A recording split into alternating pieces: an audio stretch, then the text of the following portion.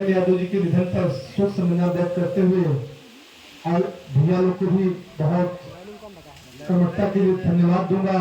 आज बुद्ध पूर्णिमा भी है और बुद्ध जी की और अंबेडकर जी की प्रतिभा भी लगी है। ये मामूली प्रतिभा नहीं है।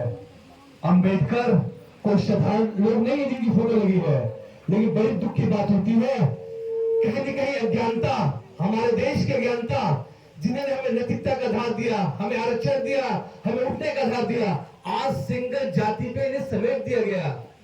इसके पीछे भी राज है ब्राह्मणवाद का। मानिए बातों को, इन्हें किसी एक जाति में समेट दिया गया, जिन्हें जो आज हमारे भगवान अम्बेडकर है, जो कपड़ा पहनने का अधिकार, चलने का अधिकार, बोलने का अधिकार अम्बेडकर की देन है। हम बौद्ध जी का फोटो लगा है।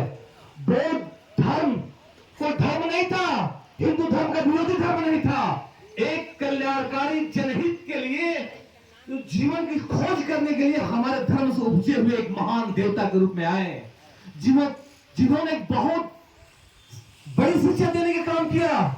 लेकिन दुख होता है, हम बौद्ध धर्म को मानते हैं, अंबेडकर जी की पूजा करते हैं, लेकिन इनके सिद्धांतों को नहीं मानते। अभी अंबेडकर की मूर्ति के एक अंगूठी टूट जाए, हजारों हजार लोग मुहिम में खड़े हो जाएंगे संघर्ष करने के लिए, लेकिन उनके संविधान का पन्ना फाड़ा जा रहा है, किसी को आवाज तक नहीं आ रही है। आज बौद्ध क्या क्या कहे हैं, हम सुनते जरूर है, लेकिन जब परिवार में जाते हैं उनको अमल नहीं कर पाते हैं। अभी भैया एक अच्छे कलाकार बता रहे थे कि एक वेश्या के पास, वो वेश्या थी अनामिका अमरपाली, सॉरी, जो उन्हें निवेदन करती है कि आप प्रभु हमारे यहाँ भोजन ग्रहण कर लीजिए। सारे लोग विरोध करते हैं, उन्होंने कहा नहीं, कर्मों का विरोध किया जाता है, उनके सिद्धांतों का विरोध नहीं किया जाता है। वो गए भोजन किए, दूसरे दिन वो अम्रपाली भी उनका शिष्य बन गई, सारे कामों को छोड़कर। अंगुलीमान जैसा डाकू, बहुत बड़ा डाकू था, उस जंगल से कोई गुजरता था, उनकी अंगुलियों काट कर माला पहनता था। जब बौद्ध जी की बात गई, उन्होंने कहा मैं जाऊंगा, उनके अंदर तेज भी था। उनके तेज के आगे अंगुलीमान ने पैर पर गिर पड़ा और उन्हें समझाए, ये जो हत्याएं कर रहे हो, ये तुम्हारे कर्मों के लिए प्रताप नहीं बनेगा। उन्हें सिद्धांतों की बातें को समझाए। अंगुलीमान जैसा व्यक्ति बदल गया, लेकिन गजब हम लोग हैं, उनकी पूजा करते हैं बौद्ध जी के, अम्बेडकर का, लेकिन जरूरत पड़ती है अपने भाई का हिस्सा हाथने को तैयार बैठे रहते हैं, अपनी पत्नी को दहेज के पूर्ण करने के तैयार बैठे रहते हैं।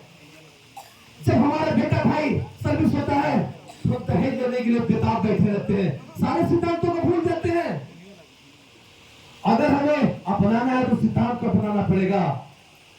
बौद्ध जी कर्मकांडों का विरोध किए थे, और ये आडंबर पूरे भारत में नहीं, पूरे विश्व में फैला हुआ था। ईसाई धर्म है, ईसाई धर्म ही आडंबर का वो पसंद फैला हुआ था कि एक जातियां थी जिसके खिलाफ यहूदी ईसा मसीह ने सूली पर चढ़कर त्याग देकर बहुत बड़ा अंत किया, जैसे डायनासोर का अंत हुआ था। वहां भी थी कि वो जाति कहती थी आप मेरे पास आओ तो ईश्वर आपको प्राप्त होंगे, मेरे चरणों से होके जाओगे तो ईश्वर मिलेगा। इसी चीज के यहूदी ने विरोध किया, ईसा मसीह को सूली पर चढ़ना पड़ा। वही बौद्ध जी जिन्होंने छूट को बिठाया, धर्म जात के बंधन को आडंबर से तोड़ा। जब वो जीवन की शक्ति की खोज कर वापस आते हैं, उनके पिताजी कपिलवस्तु में उनका इंतजार करते हैं। उन्हें एक बार विनती करते हैं कि एक बार आप मेरे पास आ जाइए, राजभवन में भोजन करते जाइए। वो उनकी विनती को स्वीकार करते हैं, राजमहल को सजा दिया जाता है।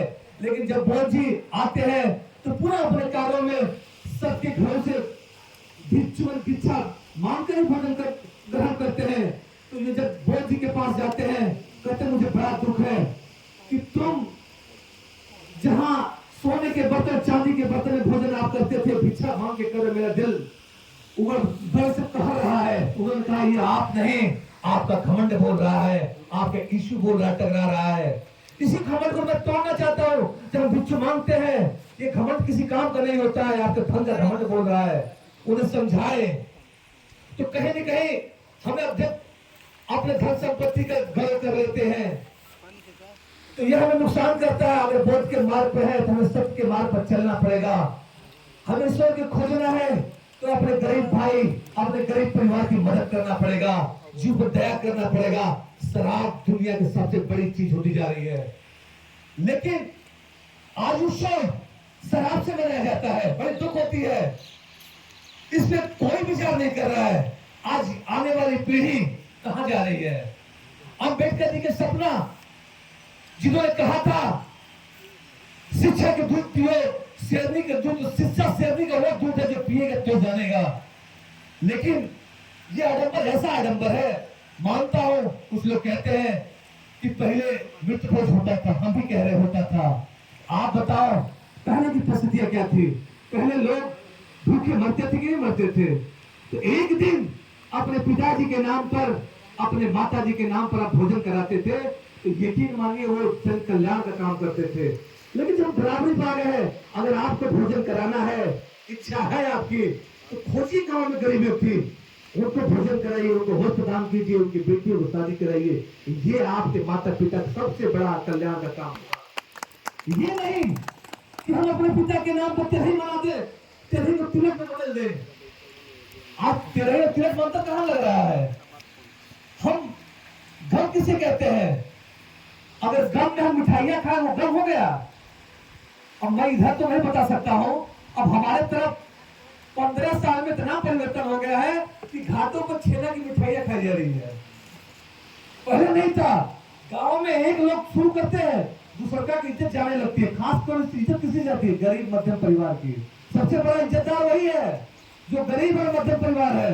आज मुलायम सिंह यादव तिरही नहीं हुई, शरद यादव की तिरही नहीं हुई, नरेंद्र मोदी की माता की तिरही नहीं हुई, उनकी इज्जत नहीं गई। लेकिन हमारे गांव में कमजोर भाई की तिरही नहीं होगी, उनको 7 पीढ़ी की इज्जत चली जाएगी। उनको लोग बैंक बोलने लगेंगे, उनकी बेटियां नहीं पढ़ेगी, उनका बेटा नहीं पढ़ेगा, इज्जत नहीं जाएगी।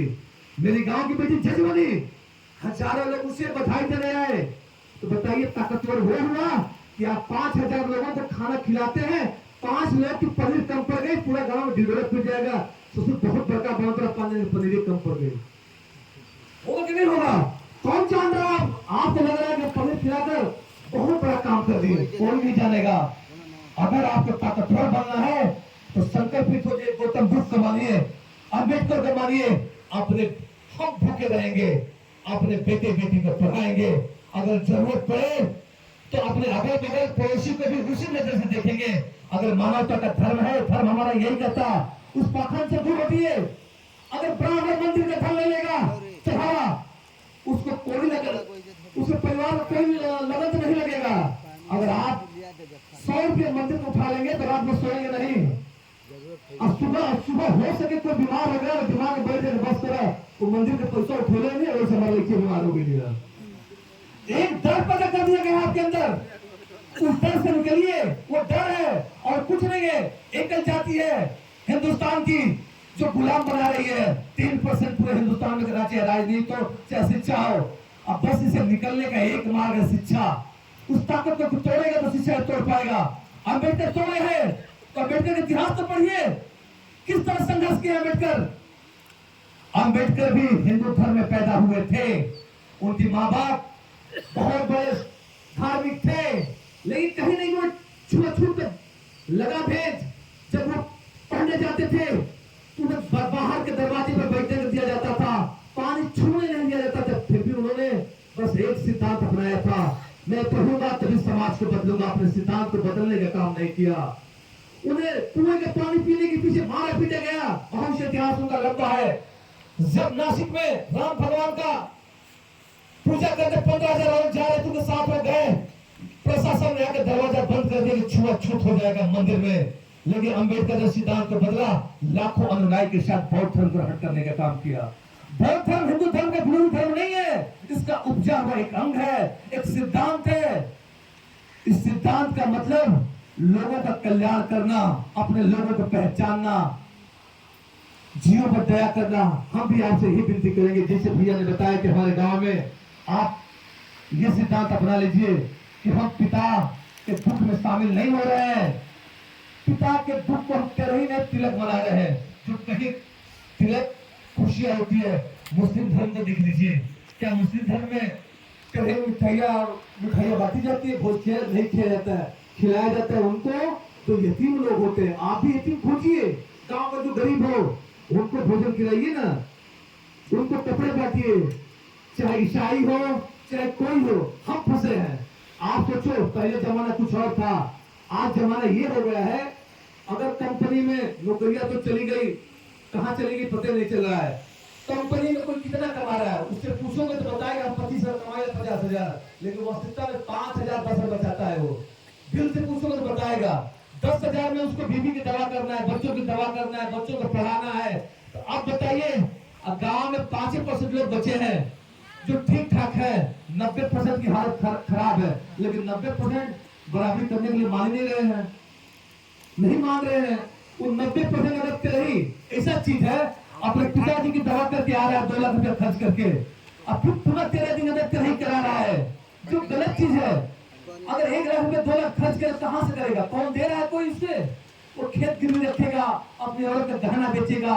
हम उसके दुखों में शामिल होकर ना, उसके अभी माता भी रो रही थी, उसके माँ बाप उसके बेटे रो रहे हैं, आंसू खाना आपको परोस के आंसू भीगे आंसू से खाना परोस रहे हैं, हम खा रहे हैं बड़े चाव से, मिठाई रसगुल्ला खाना चाहिए हमें, उसके भीगे आंसू से उसका रसगुल्ला खा रहे हैं। वो कर्ज में डूबेगा, वो कर्ज वो कभी नहीं भर पाएगा। जो रखे हुआ गहना जो बेचेगा नहीं तो कर्ज नहीं भर पाएगा, रखा हुआ खेत नहीं बेच पाएगा। फिर उसकी पीढ़ियां उसे गाली देगी कि हमारे बाप ने हमारी खानदानी जमीन जो बेच दिया, उसके बच्चे पढ़ भी नहीं पाएंगे। तो गलतियां उस परिवार की नहीं, गलतियां हमारे समाज की है। अगर हमारे समाज में गौतम बुद्ध को बनाना है, अम्बेडकर को बनाना है, तो ऐसे आडंबर को बंद करना पड़ेगा। समय का भारत बहुत लोग हैं, इसके बाद वाणी को विराम देता हूँ। पुनः कहता हूँ कि नहीं, बिल्कुल आडंबर है, ब्राह्मणवाद है, इससे दूर हटिए। अगर भोज देना है, अपने बच्चे के बर्थडे को बुला के लोगों को खिला दीजिए, खिलाना है तो किसी को खिला सकते हैं जिसका पैसा है। तेरे में किसी लोग कहते हो कि ऐसा कि हमारा मन हम खियाई तो दुर्विधाओं से मिले हुए हमारा मन हमारा खेल जिगरा खाओ। सामाजिक प्राणी वही होता है छोटा। अगर मैं आप तक खा लूं नमक तो मैं कैसे नहीं खिलाऊंगा, जब ये नहीं खिलाएंगे तो मैं भी नहीं खिलाऊंगा। जब इनका खाऊंगा तो मजबूरी है। समाज का मतलब होता है एक दर्रे पे सारे लोग बैठ के खाएं। जब हम समाज में देख रहे हैं कि 90 लोग की हालत ठीक नहीं है तो 5% को उनके साथ कंधे में कंधे मिला के चलने का काम करना चाहिए, चाहे वो अमीर हो चाहे जो भी हो। अगर नहीं चल रहा है तो मेरे समय से 5% लोगों का बहिष्कार कर देना चाहिए। वो सामाजिक प्राणी है ही नहीं। कुछ लोग कहते हैं कि ये परंपरा बाबा दादा से लगा होता। अच्छा, परंपरा भी बता दूं मैं। अब जैसे शादी होता था, पहले आदमी लोग बारात करे जाते ना, अब औरतों लोग बारात करे जाते नहीं जाते नहीं। एक घर में शादी पड़ा तो बारात में तैयार, सारा घर का औरतों बारात में तैयारी हो गई तो बिल्ली पसंद है घर में। तो एक औरत तो नजर पड़ा तो कलश की और बिलरिया का हुई तो एक जगह राय जाने के तसला ढांप दे आइटा रख दे और लुटीना पकड़ है कि ऑक्सीजन निकली कि ना निकली और तसला झपा के ऊपर से ईटा रखा गई। बारात जब लौट के आई तो बिल्ली तो मर चुके है। सब अपना काम झाम में लगता, एक लोग का नजर पड़ा करे तो बिल्ली मर भी है। तो जैसे हुआ ना कि नई कन्या को कुछ नया काम का हाथ छुड़ा लेला तो वह प्रथा बन जाले। एक जन उठे तो करे कि ए बहू हर जगह बिल्ली मर गया, एक फेंक के बड़ा शुभ काम है। वो बेचारी क्यों तो ध्यान ना दे, बिल्ली के फेंक आई, बिल्ली फेंक आई और संजोग से दूसरा साल दिया पर एक औरत देखले कि बिना लेकिन जो कन्या है कि बिना धर्म दबा के वो है और बारात लेके बारात रहे तैयारी हो गई तो वो तसला के दिले दिया घाम देलस। फिर नई कन्या आई तो नेकी कन्या से जो पहले कन्या कलश की एक कन्या के फेंक दिया, बड़ा शुभ है। अब वो घर में ये परंपरा बन गई। ये बताइए धर्म कहता है कि बिना मुआव ना जाए तब सही नहीं। जैसे पहले हम रहे कि जबले गौना ना हो कुछ लोग कहता है ना कि भैया हमारा बिहार में ना सहल, जब शुरुआत बिहार का भेल तो कुछ लोग कहोगे नहीं हमारा बिना गौना का सहले ना करेला, अब सबको सहल लगा। तो इस परंपरा आडंबर में ना फंसिए आप लोग। जैसे घाटों में बताया ना मिठाई बांटी जा रही है, धर्म है हिंदू धर्म में दूध को फाड़ना महा पाप का काम है। हिंदू धर्म कहता है दूध को फाड़ना महापाप होता है। आज छेना की मिठाई का भरना